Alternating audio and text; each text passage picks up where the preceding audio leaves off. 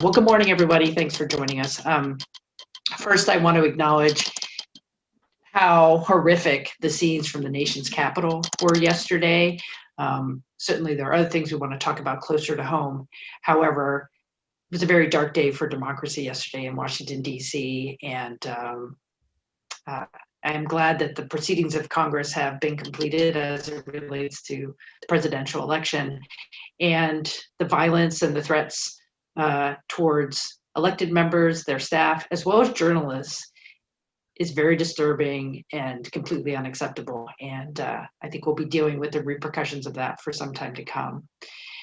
In the Capitol in Salem, we're taking our security very seriously, and we could go into more depth about that. We are engaging in ongoing discussions with the Oregon State Police on how to address safety concerns for everyone who works in the Capitol. And like I said, we can talk about that a little bit more. But primarily, we want to start off with talking about the Capitol Operations Safety Plan for the 21 session that you should all have a final copy of. It came out, I think, with the press release. You know, legislatures across the country have been grappling with, since the pandemic began, how to operate safely and do their business in a way that will keep people safe without members getting ill. And in some cases, in some legislatures, they haven't done a very good job. In fact, members have gotten sick. In fact, some members have died from COVID-19 because they haven't done a good job. So we have taken this issue, very, very seriously, the Senate President and I. The Senate President and I have been committed since day one to keep people safe in this pandemic.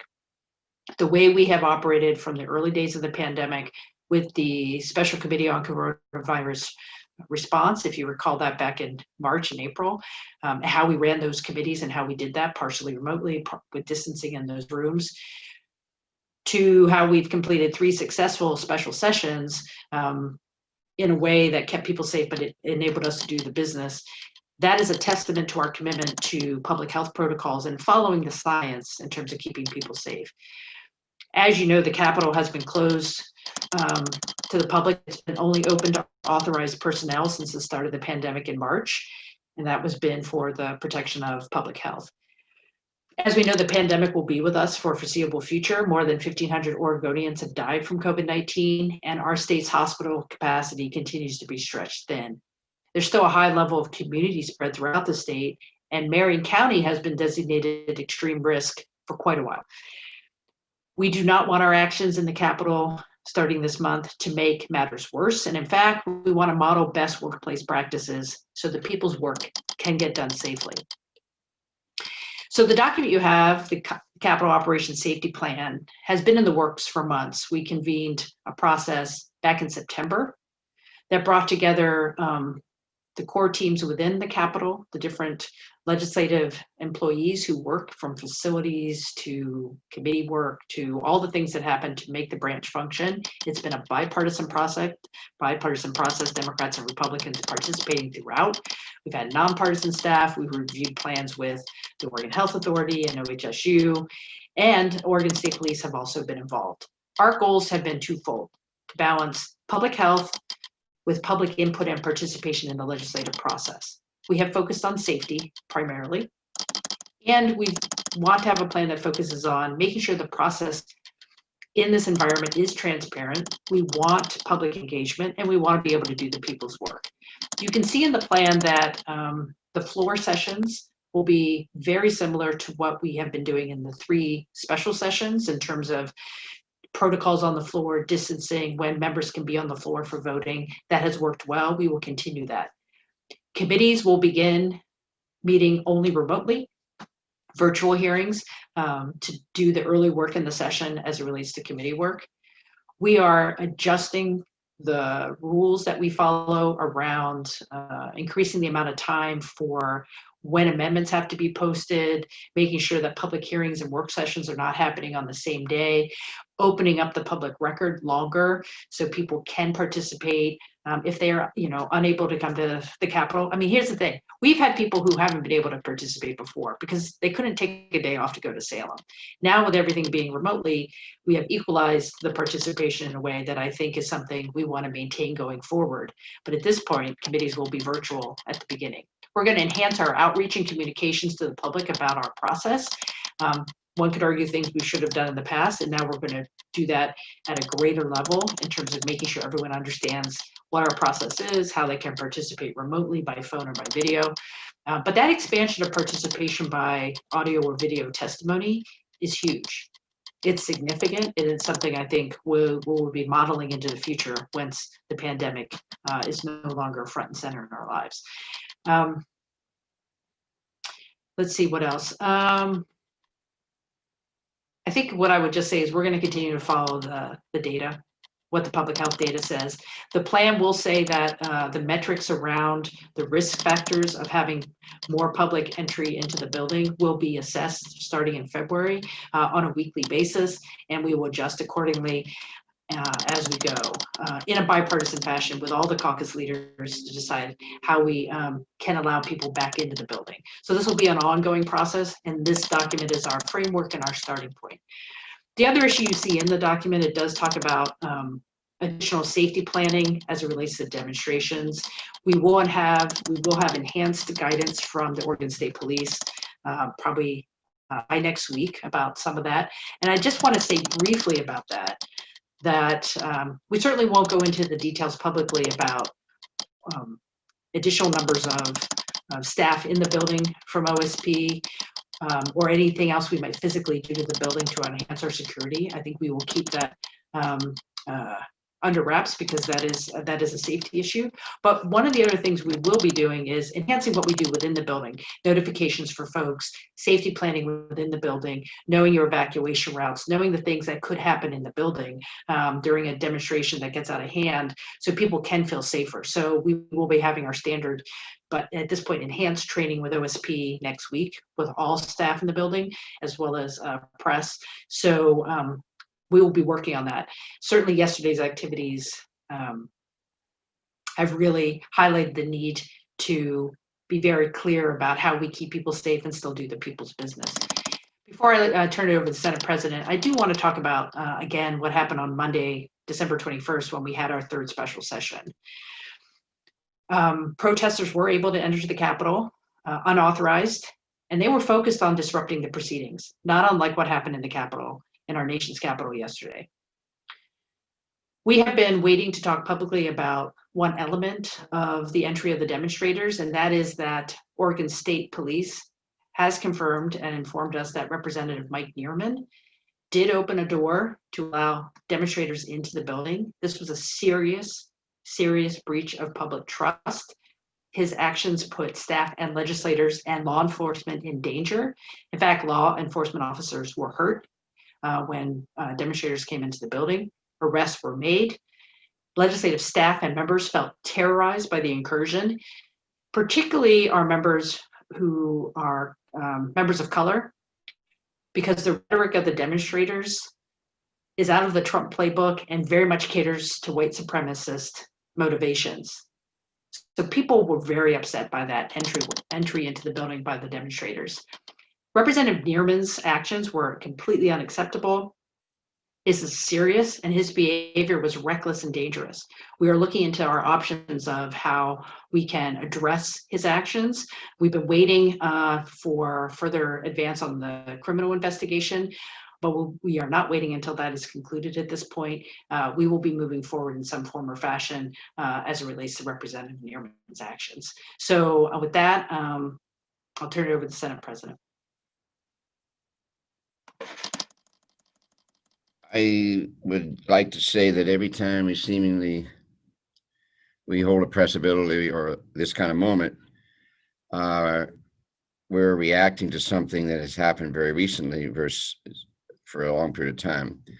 First was when we got word back in March, we had this virus, and that caught us off guard. I said at the time, and we had to adjust to that and work hard. It led to a 3-day special session, a 1-day special session, and another 1-day special session. But then lo and behold, we got caught this summer. We weren't expecting what happened. The great fire came down upon us. And it really was devastating. We did not expect to have that kind of fire. And we really suffered as a state and still are suffering. And then we have this desire to destroy and to be violent and to life threatened by people who are angry or upset or frustrated or just mean spirited, and has created a real crisis for our way of governing ourselves. So I haven't made an official statement on what happened yesterday. I will say that a statement would be something that I believe that what happened on December 21st in Oregon, in our capital, involving violence and destruction and life-threatening activities, and continues to this day, because I was not allowed in the building yesterday, and I'm talking to you from the building, but I drove around it a few times, continues to this day. And what happened on January 6th, was yesterday, the nation's capital, is another example of an attempt to occupy and take over a place of government, specifically the legislative branch, although for all I know, they'll target others. And I just am very concerned because I view our way of governance as being fragile. I think a lot of people assume, because we've been in this kind of form of government for some 200 plus years, that we can fight our way through it and get through it. But I think that when you look at the processes and the procedures and the institutions, as well as the physical structures that allow us to disagree with one another and to struggle with one another and to dissent with each other and to challenge each other competitive, you begin to realize they're designed to make sure when we get through of all the dissent and the discussions and the disagreements and amendments, et cetera, that we have decisions that allow us to maintain our way of life, that is talking about freedom and things. And if you're going to tear those down, what follows is anarchy, followed by a brutal dictator. I'm just going to say it. So I do think today is a day, and it's funny, I was worried about occupations the day after what happened to us on the 21st. And I called the state police. I had one of these panic attacks. I said, does it occur to you that might want to move in the direction of Malheur 2? He said, Peter, we've just met with the city police on that very thing. And sure enough, that happened. And I can't say enough that, and I've talked twice. I talked to our Republican leader, by the way, every day. We get along fine, working together. And we're both very bothered by what's going on. Not that I need to bring him into it, but we're very bothered because you can talk like I'm talking, saying it shouldn't be. It threatens our very form of government. It does. You cannot take for granted the way we govern ourselves. You can't. But I keep getting the question, how are you going to stop it? When's it going to stop? And to be frank with you, I worry about that. I don't have a nice, cute answer for all of you. Meanwhile, we've got to start to make public policy and to pass a state budget come Monday. And we don't make any excuses about, well, we'll delay or, this. We got a capital that's basically the public is not in at this time. We're going to try hard to get them in as soon as we can. We've got this structure. You heard the speaker talk about this matrix committee. I'm on it. Speaker's on it. All the caucus leaders are on it. We're every week going to look at it. And we're going to check to see where the ranking of Marion County is in terms of the risk. I talked to, here you go, you're tired of hearing me say that. I talked to my infectious disease doctors yesterday and said, okay, we're going in Monday. What do you think, Peter? I think you should keep it as it is. You've done okay in the summer. We did okay, but I'm not saying that's great because this thing is out there watching us. So we're going to go in. We got to organize. It's going to be a sad day for those people that are sworn in, particularly the ones that have never been here before, because they're not going to be able to celebrate it. So we're not going to have a joint session. I'm not going to be able to bring in all the flowers I want. I'm bringing in some flowers. Two houses won't be able to see each other, get together. So it's sad because it's a very memorable day, the day you're first sworn into the Oregon Legislature. I still remember my day way back in 1981. So that's sad, but we're going to answer the bell. We're going to take the field. We're going to work hard. We're going to do our committee work, all of our committees. We will be back into the building before because we have to vote on the measures that are going to come out of our committees, and they will be measures coming out.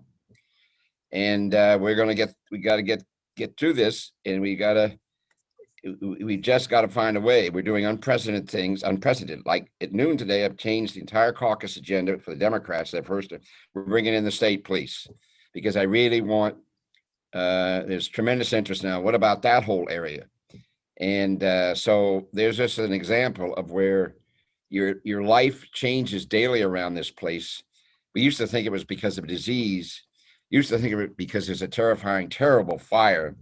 And I'll tell you, the big issue, which is really out there, is the school closure issue. I'm very worried. And now I'm just thinking of it, vaccines. I mean, vaccines is on us, and we've got to deal with that in as many aggressive ways we can. And then we got this wanting to tear the government structures to pieces.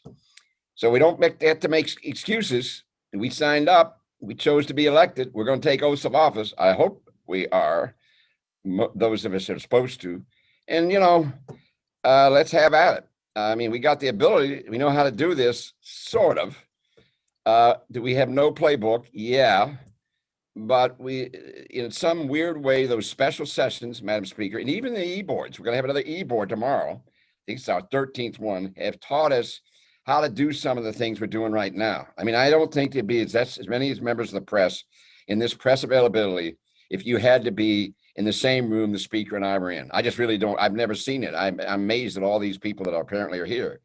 And so, we're struggling with this. I do think the media is very much lockstep with us on this. And that is not to say we're good or bad. You can do whatever you want there. But the media's role is as great today as it's ever been to dealing with a country that's reeling and a country that is hurting. And so I'm grateful that this number of people would show up for this event virtually, even though, as I learned when I was being playful before it started, Madam Speaker, you weren't here, that this is not a good hour to do this because these individuals are not out of bed yet. So I did not know that. And so I want to apologize to you, but there's no clock in my life. There's just work, connect the plow to me and just get me out in the field and I'll plow. So here we go. Let's get to these questions or comments or criticisms you have for us. Thank you, President Courtney and Speaker Kotek. All right, we've got in the question queue right now, Dick Hughes and then Peter Wong. We're going to try to give people the chance to ask a question before we go to second question. So please just make a note in the chat box if you want to get into the queue. So Dick, go ahead. Thank you very much. How was the decision, if I understand correctly, and please correct me if I'm wrong, you will convene on Monday or meet Monday in person, but then the legislators will mostly all go home and have remote committee meetings until April, probably when floor sessions would start. Is that understanding correct? And also, how was the decision made that the governor would not deliver her State of the State address virtually on Monday? Thank you. Thank you for the question, Dick. Well, in terms of floor sessions, floors will not be meeting regularly until April, but floor sessions can happen at the call of the Speaker and the Senate President for mostly the purpose of moving forward first reading of bills. So on Monday, we will have nearly 3,000 bills first read for introduction in the House they were pre-session filed. So we have a starting number of bills, but bills cannot be referred to committees until they are first read. So I would anticipate, and we're trying to figure out what day of the week that could occur, some floor sessions in end of January and February, primarily for the reason of allowing bills to be first read, put into the record so we can refer them to committees. But actual moving of bills, unless there is some reason to convene to move something that is urgent, I don't think you see bills moving until April because of that reason. And so that will give committees a lot more time to work through the bills. And traditionally, we don't move a lot of significant bills that early anyway. So I think it'll be just fine, but it will be focused early on for virtual committees only. So I know, let's understand that we said Monday is simply the day where you come in and you get sworn in and do those things. Whether or not a member goes home is up to them. because on the 19th is when the session starts in terms of committee works, the 19th. And an individual could be in the building, or they can be living in Salem, even though they're not from here. But the committees will be done virtually. They're going to all be done virtually until we don't do them. So that's the key. The 19th is when the committee work starts, virtually. That's all been arranged. What I'm a little worried about, Madam Speaker, I'm just going to say this because of this. I've learned since this thing all started, depending upon when you think it started, in February of last year or whenever, that we say we're coming back in February and April. That makes me a little nervous because I thought we should leave that window open. It's conceivable we'd have to come in earlier than that. I don't know. We'd be ready for something earlier that we need to do, i.e. something on vaccinations. And I don't know that, but so I'm a little nervous saying absolutely. So the plan is, the thing you need to know is our committees are going to meet virtually. Any bills that require the vote on the House floor, the Senate floor, we have to come back in physically, personally, in person to vote on. So this is a dynamic that we're going to be dealing with in a way we've never had to deal with before, even regarding special session. Nothing has prepared us for this. So I hope that has cleared it up a bit about what we're up against here. And I do hope, I'm going to say, I mean, you're going to hold me to whatever you want as you write articles or do this electronically. But I do think we've got a dynamic on our hands that we're trying to open the Capitol. We're trying to make sure that we do our bill work, that is, get the bills passed by a chamber, moved to the others. And we're trying to pick exact dates. And I think that's very risky stuff to do that at this stage of the game. And in regard to your other question, it is not safe to do a joint session on opening day, on convening day. So in terms of the speech and the state of timing of that, I would say take that up with the governor's office. When we decided we wouldn't be having a joint session, I think everything kind of got put to the wayside. There's a lot going on, but I assume there will be a state of the state address sometime in the future. Yeah, I brought that up 100 years ago, it sounds like. I have no idea who made that decision, but I didn't tell the governor, you're not speaking. That would not be in our best interest in the legislature to say that. Just make it clear to you. I do not know how exactly who decided that, but once the joint session went away, then that speech went away. Thank you. All right, next, let's go to Peter Wong at the Portland Tribune. Thank you very much. I will follow up on Dick's question. I assume you are not anticipating emergency legislation early in the session, but that could happen. Mr. President, you remember during your first session as president in 2003, they had what we now call the sixth special session.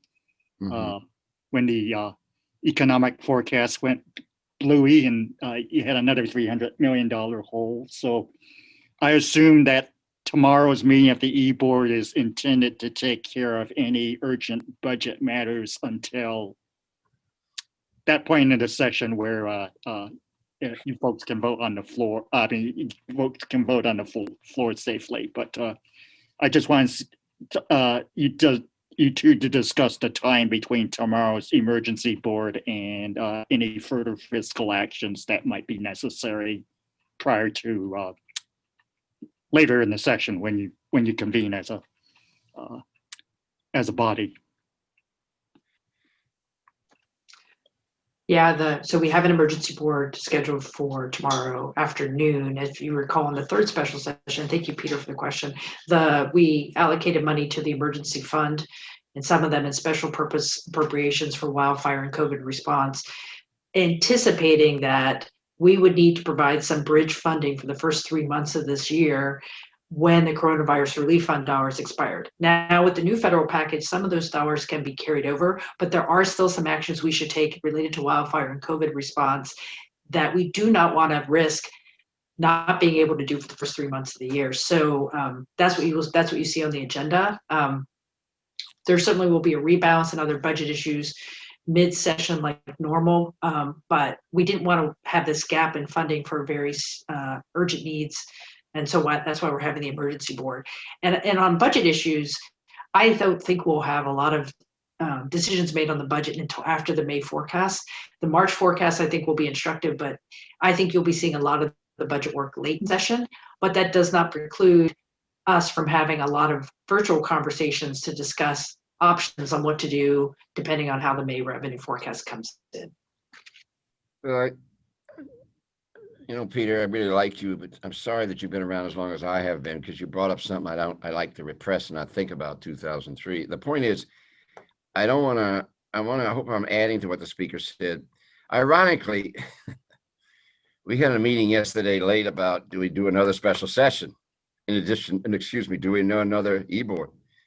What I'm worried about here is you have the vaccination issue, you have the school issue, and there could be even more federal money coming. And so I don't know if we're going to have the luxury to say, well, we'll deal with all budget issues finally, we'll work them through to May, and then we'll do it in May. I don't know that.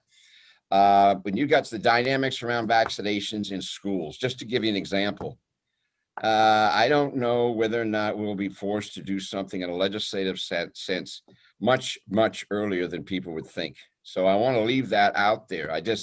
I'm constantly trying to make you understand. I want to keep every window and door open because if you look at the last 11 months, I think all of you, your own personal lives have changed, your professional lives have changed, and they're still changing, tumbling. And this thing is, we're still there. We're right there. We're not through the pandemic. We're not through dealing with the fires. We're surely not through dealing with the violence in our governmental structures. We're still trying to figure out how to get all the schools open. So yes, Peter, but Peter, I've been in so many sessions where when we've had to act quickly, we've done it. And I mean quickly. Whether we use the e-board situation, which means between the 11th of January and the 19th of January, I don't know. This time there's no plans. But again, what you're getting from me is a vagueness because I'm nervous, again, saying we will not, when so many things I thought we would not, we would end up doing and have. When I agree with the Senate President, all members will have to be adaptable and flexible.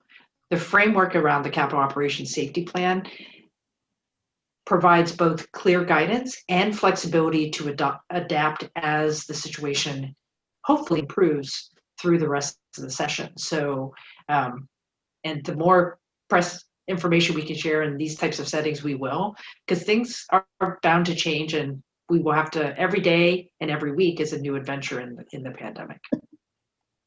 Thank you. As a personal note, if there had been no pandemic, I wouldn't be here today. I'd be thinking of retirement, but nope, I'm signed up for the next duration. So.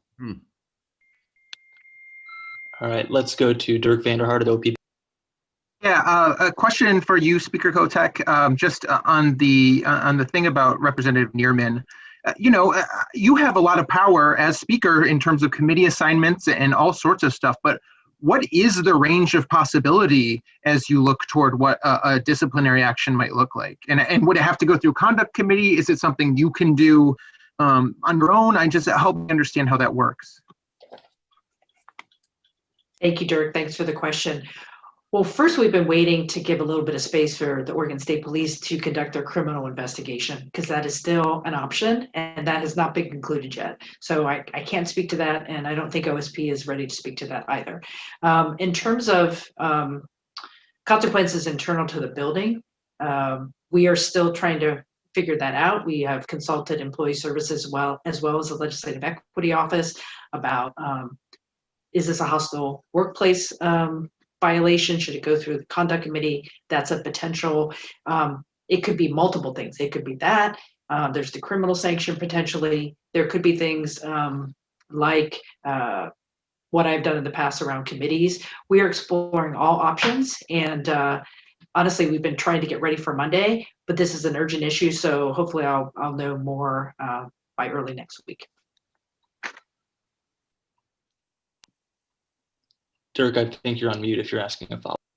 Sorry, yes. Is it something you've discussed with the House Republican office at all, the fact that this has apparently happened? I think I would say speak with Leader Drazen directly. My assumption is she is aware of the issue, but we have not spoken today about, we have a meeting later today about, and I'm sure this issue will come up. Thank you.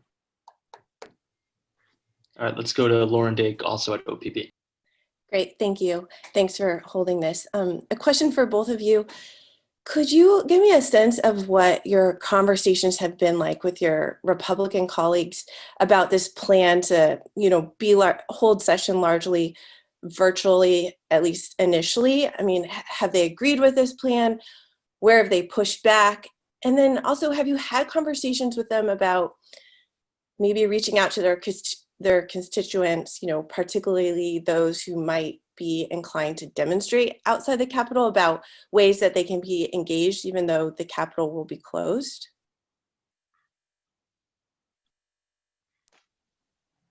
So in terms of thank you for the question, Lauren. In terms of the Capitol Operation Safety Plan, it has been both a bipartisan and nonpartisan process since September. I will not say that, I can't say that our House Republican colleagues agree with the final recommendation of the Senate President and I about the current status of the building and who is allowed in to do the work early on in the session. We do have disagreement there. Our House rules, for example, will codify some of these temporary safety measures. And I say temporary because it'll depend on when the pandemic is in a state where we don't need them. But we will be voting on these as part of House rules on opening day, and I expect that there will be pushback from our Republican colleagues. In terms of talking to members, I have personally spoken with a couple members who I've suggested to them that their social media comments are unhelpful and actually dangerous as it relates to the pandemic. And I think some of them have thought about it and taken some of that to heart. But this is about personal relationships and trying to convince people that their roles as elected leaders, what they say is very important, how they say it, and not everybody is in agreement there. There are people in some of these districts who believe have a certain perspective. Nonetheless, our job is to have a plan for the Capitol that keeps people safe and enables us to do the people's business with significant public engagement, and that's what we're planning to do. I'm just trying to get through one day at a time. And like today, I've already spoken to Senator Fred Gerard twice. I talked to him like 3 or 4 times yesterday. No, they're not supportive of the Capitol being, shall we say, officially closed, or however you want to word that. They're not.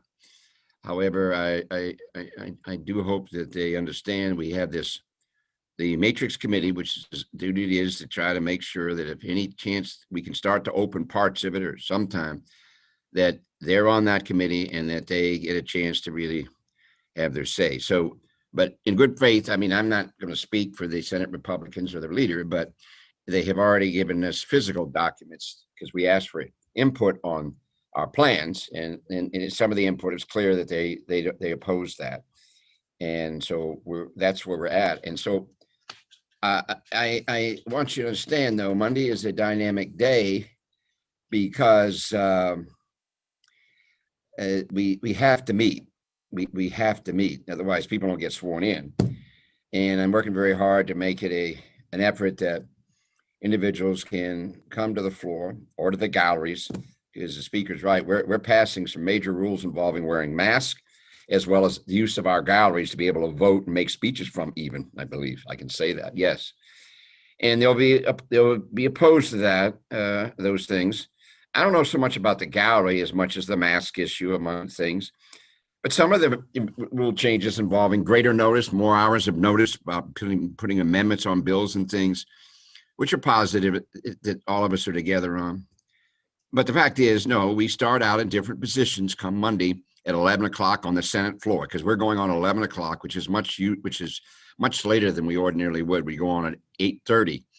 So we're going on at 11 o'clock. But at this time, I can honestly say, I really have worked very hard to make sure that the Republicans' leadership on the Senate side was included in so many of these things. So at least they get the feeling, good faith feeling, because I mean it, that, well, this is what we're trying to do. What do you think? And whether or not they agree or not, I like to think they think, well, we know what was going on. We were kept abreast of what was going on, because I think that's very important to what we're trying to do, to credibility. I'll just say it straight out.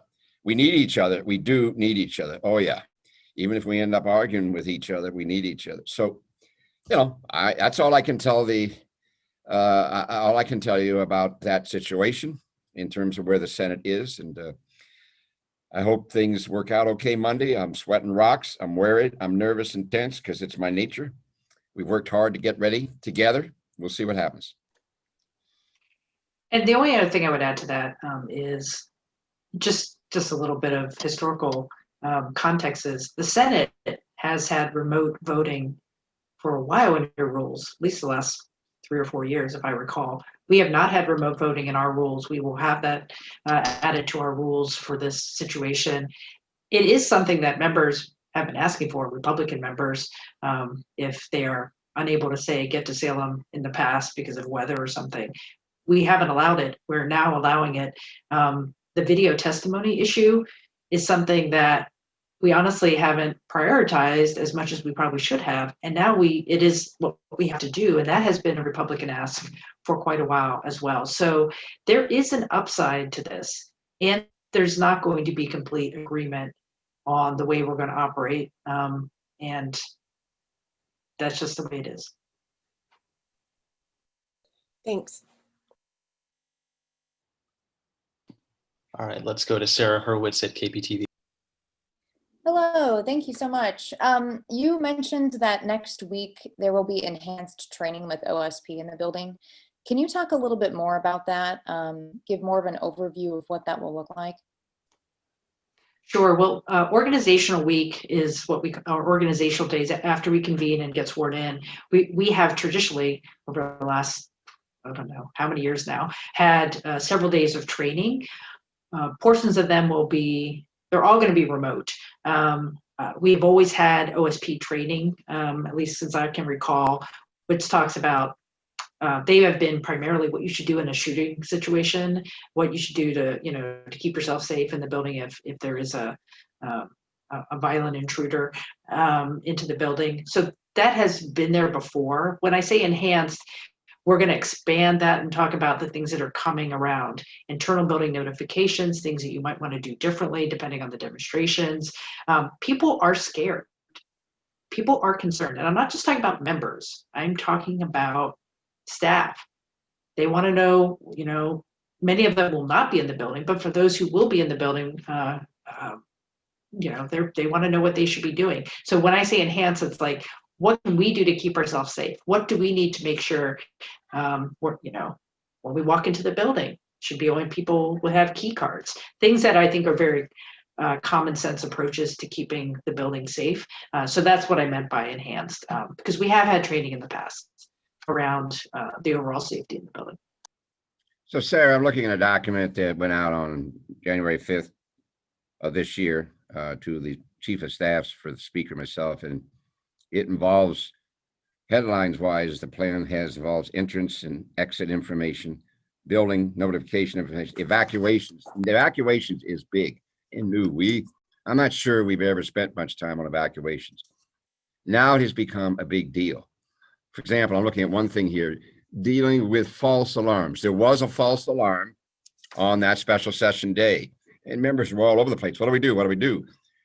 So our training is going to be much more real in a way, because so many of the subjects they're talking about now, I'm not sure we talked about before, like evacuations. One of the decisions the speaker and I made was that we were going to have all the legislators park in the underground garage over on the mall area and come through a long tunnel into the Capitol from there. And the state police said, please don't do that. That's dangerous because we're not sure how much it would take to make sure that area is secure over there. So we're back to parking down below. And also, if we have to get out of here, I have to get out of here. Our ability to get to the underground garage and then for the state police to get us out of here is a better way to exit. I'm just telling you some of the details. So this kind of plan that's been presented has been adopted in rather in a short period of time, and because of the crisis we're in. So the training is going to be much more intense this year. It's going to get much more real. And plus the state police, I think, will, one of the problems they have, I think the speaker would agree, they can't tell us everything for fear that something, it'll get out, because their intelligence tells them the other side know a lot. They know a lot about what's going on in terms of what we're trying to do to protect ourselves or the institutions.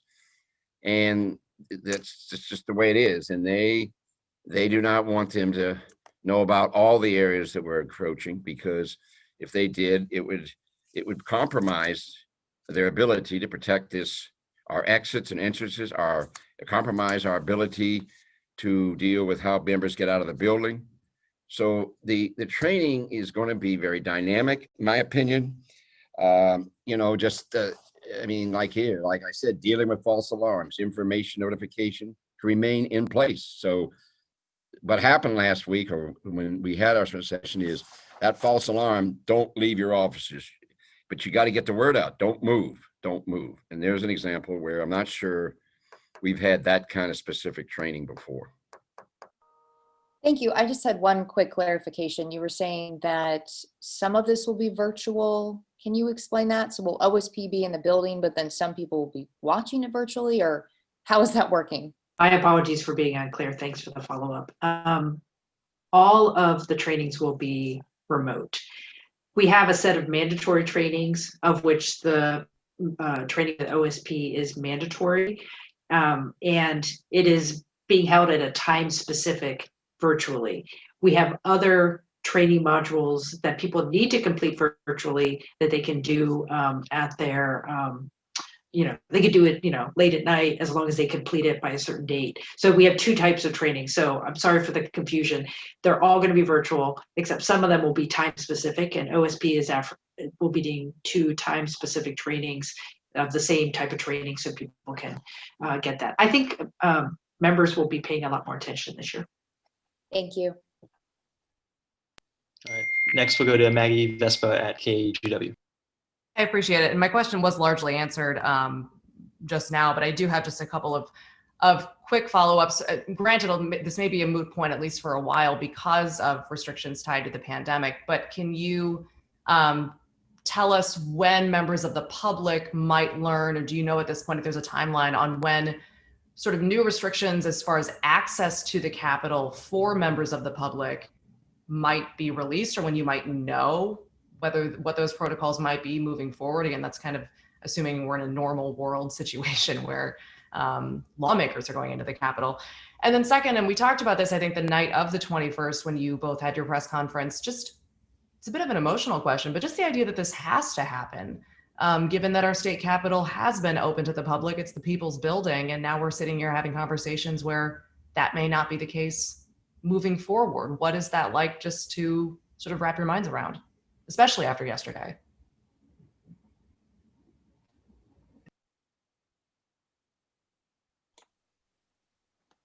Peter?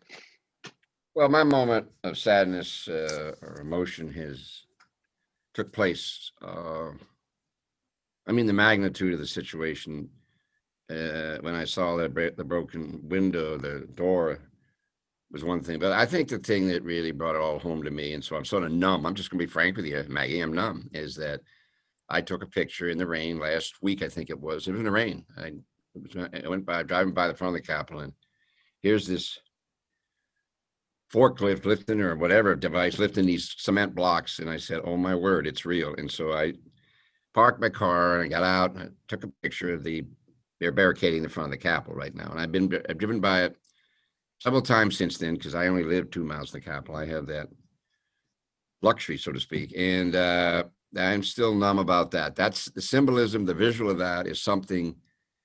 In my years of being in Oregon, my Oregon for 50 years, and my relatives fascinated by Oregon, coming their way back in Massachusetts, they were fascinated.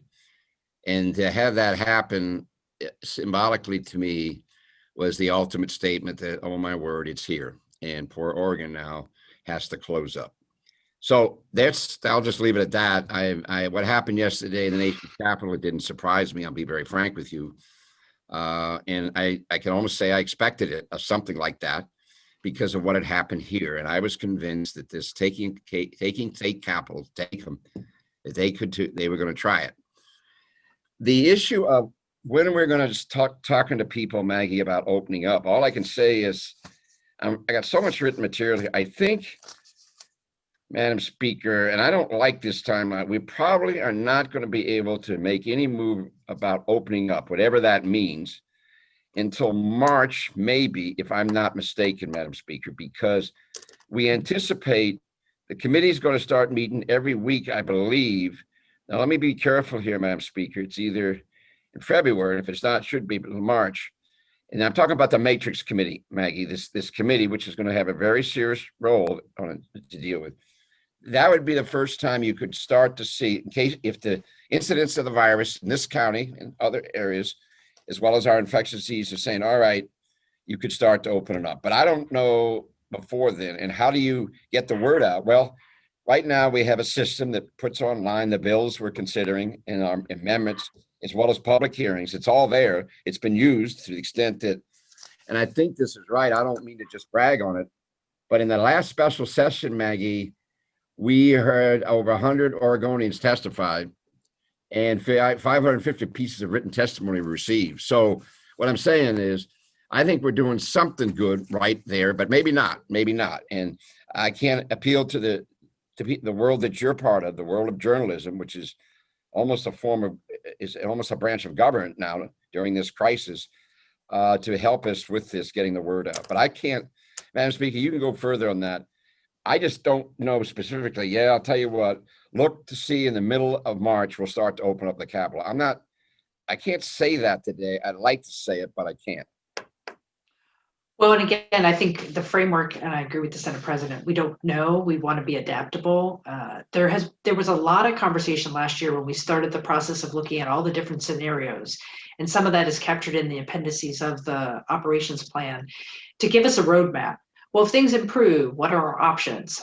So you'll have the leadership within the building, both Senate President and I, and the 4 caucus leaders, looking at these things on a regular basis, saying, okay, is it good enough where we can have additional individuals in the building?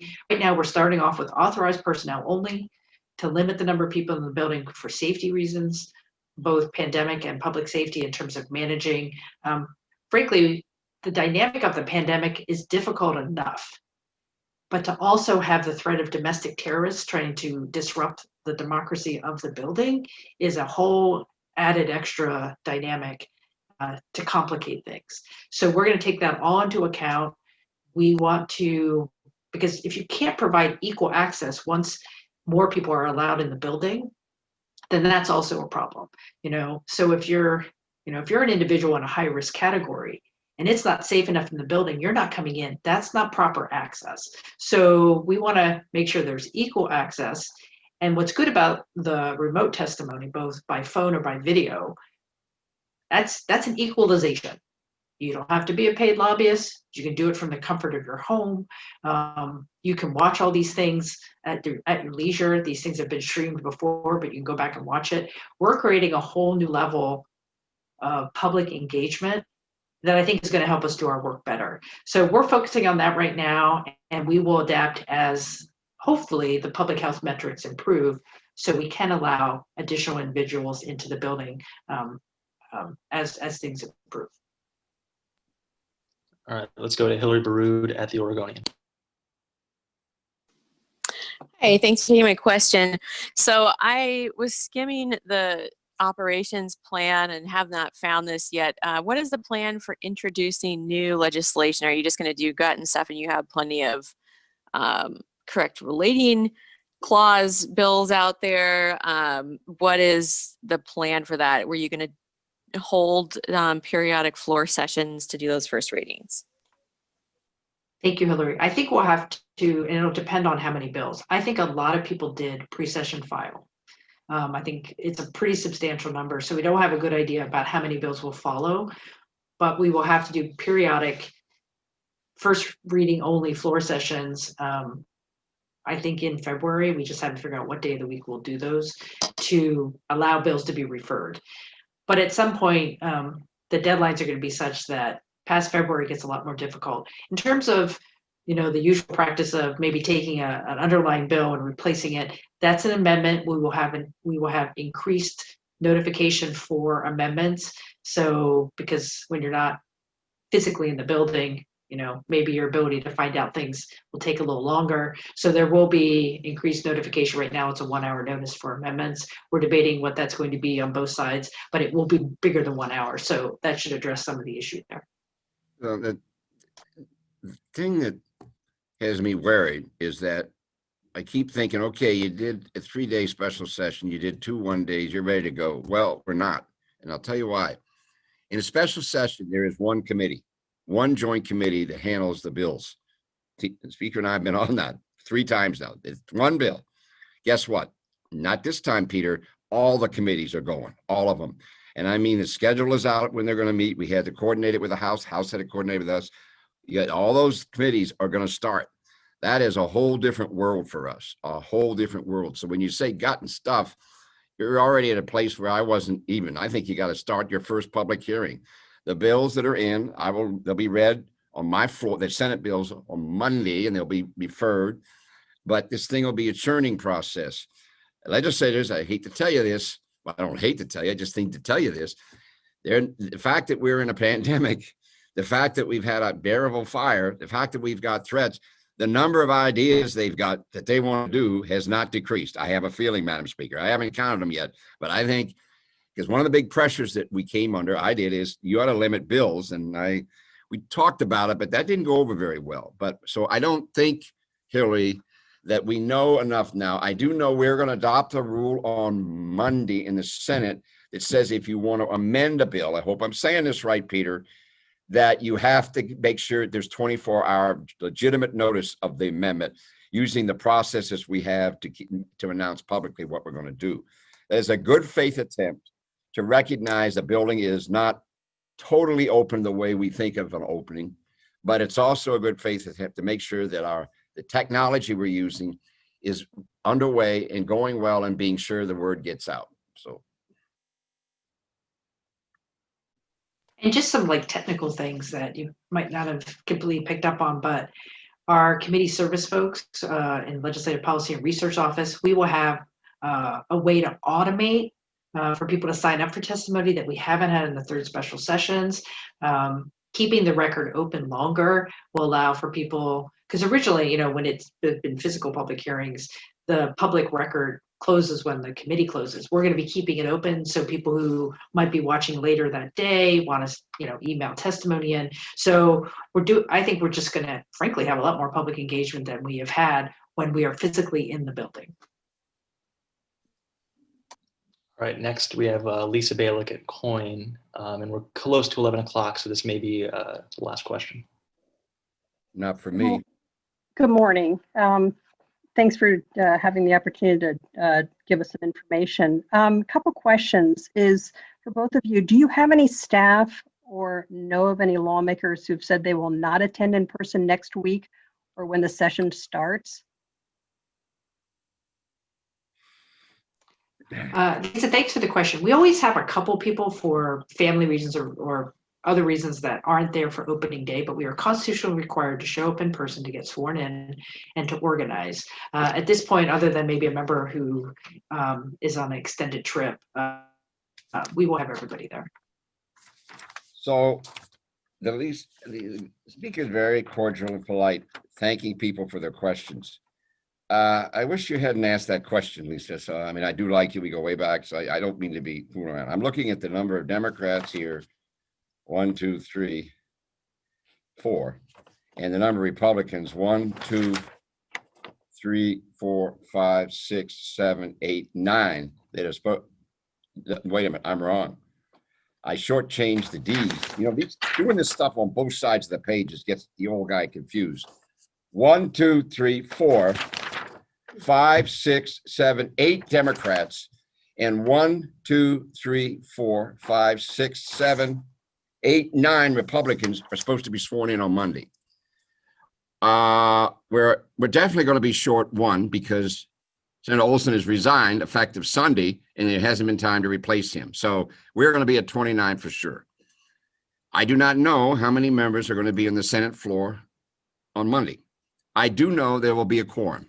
There will be a quorum. So that's all I can say about that. you know, so I don't know how else to tell you about my situation here. We're working on it. We'll see. I believe I can say all the Senate Democrats are going to be on the floor. I'll make that statement. And there will be enough Senate Republicans that we can have a session. But that's all I can say at this time. But have there been any staff members or lawmakers who have said for safety reasons, they don't want to be there? I don't know if I they're supposed to sign a sheet, and I don't know if they haven't brought me the sheets. I don't know how to answer that question. That's happened in the special session where they actually requested that, and it's in writing. But at this time, and now my staff has entered the room because they're afraid I'll always say something wrong, and have said to me that we do not have any request in writing as of this moment, which is Thursday, what's the date, 7th, it's almost noon, that say that they will not be there because they're afraid for their safety and or their health. And I'm not aware either. We have built confidence, I think, with our members about how we have done things in the 3 special sessions in terms of the protocols in the building, wearing masks. So I think we're doing the best we can, and I think that has helped. And there will be limited staff in the building because of distancing requirements. I, for example, will only have a couple members of staff in my office. I think members, if they have any staff, they will only have 1. But I expect it'll be a very limited number of people in the building on opening day. And my staff, I don't know who's going to be here because they haven't told me. That shows you who's the boss of my staff. But for sure, they're not going to be on the Senate floor. They will not be on the Senate floor, which probably is not a good idea for me because I tend to need things. I'm a needy guy. But the fact is, I don't know who's going to be here. There aren't going to be many. And any staff that I have here will not be on the Senate floor. Just a quick follow-up based on Mayor Wheeler was confronted by some angry folks last night when he was out to dinner. Have either of you changed your habits out in public, or do you intend to?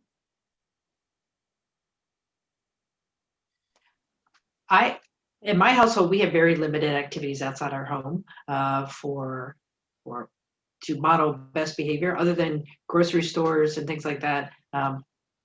We stay very close to home, and because we think, my wife and I think that's the best thing to do. So I don't know. I take long drives because I get bored at home. They don't want me getting out of my car. I don't know. I've been known to go to Fred Meyer's and shop, which is stone's throw from where I live. I can take the long walks around the park near me. We don't go to restaurants, if that's what you're asking. We don't go to theaters. I guess they're closed. I pretty much, I don't get I need to work out, and I don't get to do that because the nonprofit where I was going, because the Y has been taken down here and we're trying to rebuild it. I don't think I have changed much. I am nervous. Well, I'll tell you this though, we don't travel. That's really been sad. It's really been hard on my wife because of the grandchildren, particularly in Montana, but even the grandchildren in Sherwood. So no, we pretty much stay here, stay around. I stay around Salem or city, the area. So I can't say I've changed much. I'm not, nah. My cooking's gotten a lot better. Thanks, Lisa. All right, last question. We'll go back to Hillary Baroud at the Oregonian. So Senate President, you don't have a Peloton bike in your house yet? Well, that's interesting you say that, because I don't have the kind of square footage that you have in all your houses. I doubt that, Peter. Well, I was joking, but to get to the serious question, because I know we're tight on time, just going back to quorum on the floor, there were 2 people who had, I think, been the people who filed initiatives that got dropped in 2020 during the pandemic to punish lawmakers who deny quorum. So Speaker and Senate President, could you comment on whether that's something that needs to happen in the next couple years, that Oregonians perhaps pass some measures to make it more difficult to deny quorum? Well, I do know on the House side, we're currently in a small work group of members, evenly split between Republicans and Democrats, is working on the rules for opening day, for the House rules, that will have to include elements of the safety plan that we've been talking about. One of the things that is up for consideration is the ability to fine members if they have an unexcused absence that would affect quorum. So we anticipate some inclusion in our rules on opening day on that issue. The issue, I'm sad to say, is, I really am sad to say this, we're going to have to deal with this because it's being used too frequently now. The Senate, the House Democrats used this thing in the past. I didn't approve it. The Senate Republicans have used it. Now the House Republicans. This has now been weaponized, and it's not good. We're going to have to go to the Constitution. I think the number 20 is just way too much. Got to get that lowered, because it's one thing when you find people and you go out, send the state police out to find them, which takes them away from other important things. The question is, government's got to govern. And I'd like to think that the number was lowered. The ability to try to stop things by not being there would be dramatically limited. And to me, that's the tragedy of the situation. We're going to be forced to do that. I think the public's going to have to get involved in this with a Senate amendment. And I'm sure there's going to be legislation to that effect here, this session. So I do think this is an issue that's going to require that kind of dynamic approach to how we deal with people not showing up in the floors of the House and the Senate, simply to deny quorum and to try to stop action. So if I could just make a final comment, I think that was the last question. First of all, thank you for joining us this morning. We're going to try to do this as often as possible because I think you have an incredibly important job, even more than it's ever been before, I think, in this upcoming session, to be those eyes and ears in the building. Everyone will be able to be watching floors streamed, and committees will be streamed and things like that people can watch. But your ability to be and catch some of the nuances of being on the floor or other things, and your ability to communicate to the public about the things that are going on that are of extreme importance right now is never been more important. So I just want to thank you. And again, any assault of reporters is completely unacceptable. We really appreciate those of you who've been putting yourselves out there to record demonstrations and other things. You're really important to us right now. So thank you for your public service and what you're going to be doing in the session ahead. So I just want to say that one of the things I'm concerned about is everybody was wishing everybody a happy New Year's a few days ago, and I didn't do that. I wish people a new year. I hope you have a new year, because a year, there's the budget year, there's the anniversary year, there's the calendar year. And to be very frank with you, we're still in the year. I'm sorry. I think a lot of people think, well, 2021, it's a new year. No, I hope you have a new year, but right now, this year is continuing, and we're up against the same things, sadly, that we were in July and August, whatever. So I just am really worried that the seriousness of what the Oregon legislature is about to try is very, very great. It's very serious. And I hope that the legislators understand this. And I hope the media understands it, because basically it's a new way to govern, a new way to govern. I got to tell you that it is, because of this virtual issue, because of the threat of violence, because of disease. I'm not going to go on and on. This is a new way of governing that we are going to attempt and are attempting. And that in itself, it can't be just an experiment. Well, if it didn't work, it didn't work. We don't get that luxury. This thing's got to work. So I hope that's the attitude of all the players and all the parts of the media. We will have to be scrutinized, and our activities will have to be scrutinized, and they'll have to be evaluated by you and others. But it is a noble calling, I think a glorious calling, to be allowed to be a part of this new way of governing. I hope we're up to it. I think we're up to it. However, it's not just it starts money, as I said, it's already started. We have started this way back right after we got news of the pandemic. We started with a joint committee that we tried to get the governor to bring us in a special session. Didn't happen. Then we finally did. Then we did it again. Then we did it again. So in some ways, this new way of governing has been with us, but the dynamics of it is about to really get profound, because I'm talking the 11th and then the 19th January. And then, Madam Speaker, maybe I'm wrong.